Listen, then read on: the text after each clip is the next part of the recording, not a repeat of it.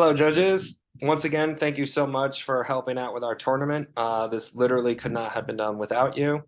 Um, I've noticed that many of you have been asking questions about an event called SPAR. We're not accustomed to seeing this event at our tournaments. It's not a regularly recognized event at NSDA tournaments or any of the NJSDL tournaments that we've been a part of. We are looking to do it next year, though. Uh, this is also regularly considered a debate event, but many of you have been assigned as a speech judge. So I wanted to talk about why this is happening and basically how to then judge SPAR if you've been assigned to it. So first, I'm going to talk about what is SPAR. SPAR stands for spontaneous argument. It is a combination debate and speech event, particularly a combination of debate and impromptu. Competitors are given 3 prompts, and they will together choose the topic that will be debated. Following a short period of prep time, the competitors then actually debate the topic. It's literally the debate form of impromptu. So sounds exciting in that kind of regard. There is also time for questioning that will be done during the debate. So how does it work? There are either 4, 5, 6, maybe 7 competitors in one given round. But within that one round, you're going to see multiple debates happen at the same time. Competitors 1 and 2 will debate after choosing one of the topics from prompts 1, 2, and 3. 3, 4, and 5, they're kind of hanging off to the side here, except for the questioning round. And I will get to that in a minute. During the second debate, competitors 3 and 4 will actually debate once choosing the topic between prompts 4, 5, and 6, while competitors 1, 2, and 5 hang off to the side. And in the event of an even round, the third debate would obviously be between competitor 5 and 6, but I wanted to model what happens in an odd number in case that happens. In this case, competitor number 1 gets a second debate. Now, the second debate will not count for competitor 1 as far as their rankings and their scores, but they are the ones who will effectively be doing that second debate anyway, while competitor 5 gets the opportunity to actually have their debate. With competitors 2, 3, and 4, again, off to the side here. Now, why am I talking about SPAR? Why is a speech judge being asked to judge this debate event? Well, unfortunately for this tournament, SPAR is the most popular event, both in the middle school and the elementary school divisions. Almost 100 competitors have signed up for SPAR. And as I mentioned, SPAR has speech and debate elements to it. And no more do we see this more than with the actual ranking system. In speech events, we normally rank on a scale of 1 to 6. Well, SPAR gets that too.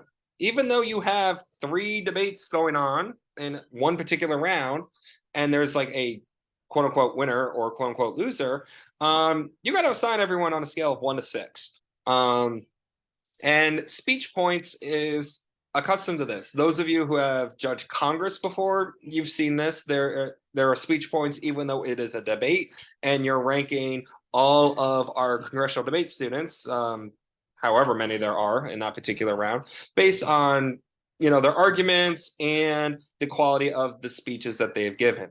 SPAR does the same thing. Obviously, when judges are asked for speech points, the speech points must match with the rankings.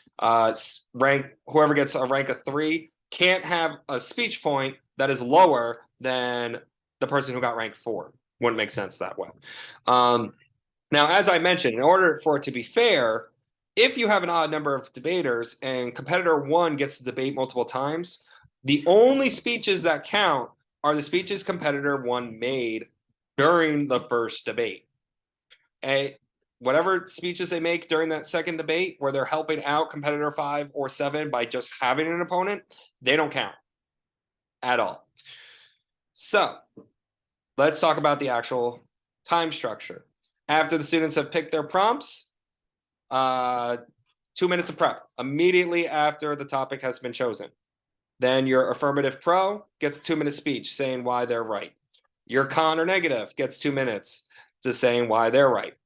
Then you have 4 minutes of a grand crossfire. This is the question round, and every competitor gets to ask questions. So even though competitor 1 and 2 are the main debaters of debate 1, competitors 3, 4, and 5 are allowed to ask questions to these debaters. Traditionally, these two will try to ask questions to each other as much as possible. But if there's time left over, they are supposed to field questions from these competitors. And usually competitor 3 will say, my question is directed to competitor 1, or my question is directed to competitor 2. It's very rare that they'll say, my question is directed to both of you, but it can happen. But then after the 4 minutes are up, 2 minutes of rebuttal. Pro side says, I won this argument because this person's argument didn't make sense because XYZ. Negative and con side, same idea, 2 minutes, boom. Now, what are you looking for while making the rankings? Wit, persuasion, quality of argument, delivery style. You're allowed to use how they questioned competitors as well if they were in the gallery during the actual debating side. But main question is ask yourself, did the arguments include evidence? Did the competitors display solid logic, lucid reasoning, and depth analysis? Did they actually counter or refute their opponent's arguments? You can use official win-loss record in your mind, even though you're not officially giving a win-loss record. But if you're like, okay, these 3 guys won, you could easily do rank 1, 2, and 3, and then just choose out of those 3 winners who's 1, who's 2, and who's 3. But it's not necessarily the end all. If you think one of the people who received a loss was just so much better and just got than a person who got a win, but they were unlucky with the opponent they got, go ahead, give that person who lost a higher ranking. No problem in that regard. Just make sure you justify it in your reasoning and your ballot notes. But that's it. That's SPAR. If there are any other additional questions, please let me know, and I will try to address them as much as possible. Thank you so much for all your help.